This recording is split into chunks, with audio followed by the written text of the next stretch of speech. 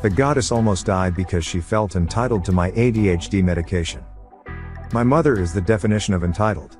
She uses money and connections to avoid rules and laws, expects everyone to cater to her, and never worries about the consequences of her actions. Well, one day, her entitlement almost killed her. I had been prescribed Concerta for my ADHD, and while I was at school, my mother decided to try out my medication for herself. Because she's an idiot and doesn't think that consequences apply to her, she split my medicine in half and only took one side of it. This medicine has two sides to it for a reason.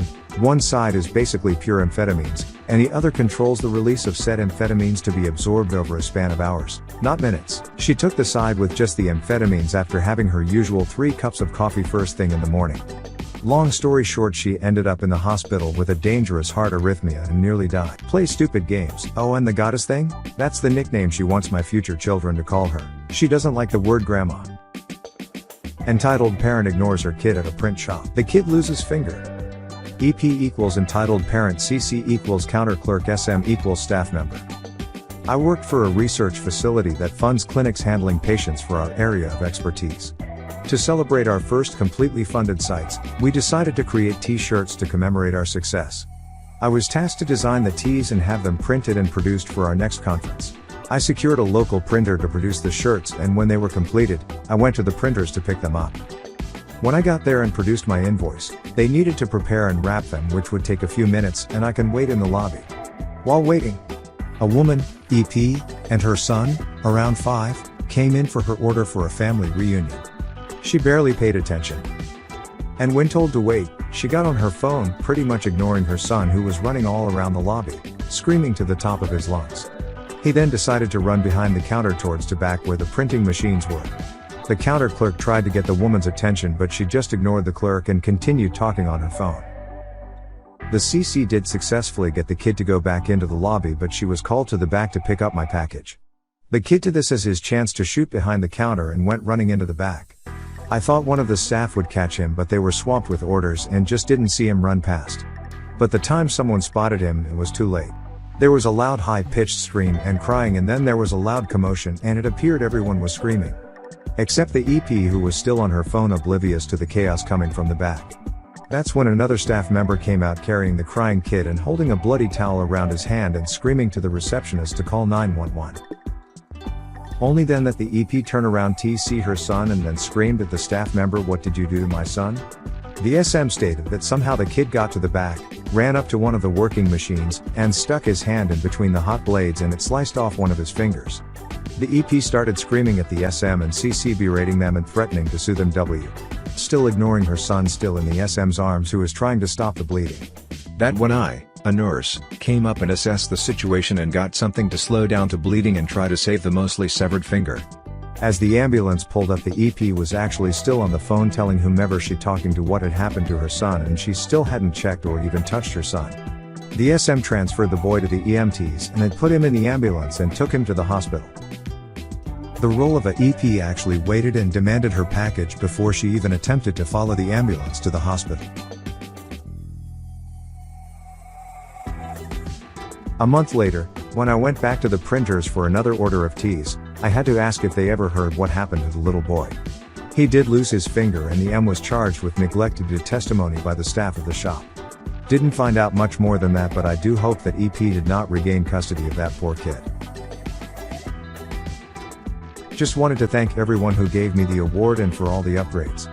I would like to add that this happened in the late 1980s. I told my daughter that I posted this, and she reminded me that she was with me at the printers when it happened. She was mortified at the EP's behavior. I am now 73 years old, and it still is just so visual in my mind.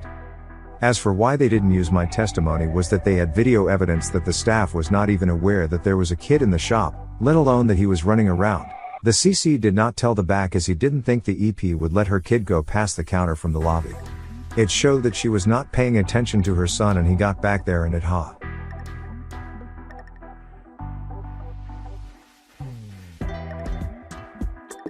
I vaccinated my child. My mother is not happy about it. I currently don't speak to my mother, nor have I for many months now. But somehow she still finds ways to butt into my life and the decisions I make for my child. My husband and I both come from anti-vax families. His side is against it but doesn't shame us for vaccinating our daughter. My mother, however, really has a lot to say about it. Since we both were raised to not believe in science, it was pretty natural for us to be against vaccinating our daughter when she was born. I had a home birth, so it was easy to avoid everything. We would lie to pediatricians about it and just did what our parents did when we were kids. But since the new vaccine for COVID was released, I started to consider getting it and decided to do some actual research on vaccines as a whole. My husband and I made the decision to get vaccinated, as well as getting a schedule started for our 6-month-old baby to catch her up. We went in this morning to get her first shots. Everything went smoothly and so far she seems fine. She has been fussy and sleepier than usual, but the pediatrician said that's normal and will go away in a day or two. We left feeling proud that we were able to educate ourselves effectively and set our baby up for success. Then I get a call. It's my grandpa. Or so I thought. I answer and the first thing I hear is, when you wake up and she isn't breathing, you'll be sorry. I can't believe you did this to my little girl. I hang up immediately and start to panic. I eventually traced it back to a family member that is a doctor.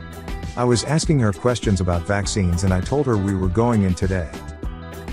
I guess she told my grandpa how excited she was for us, and then he told my mom, and then boom, end of the world.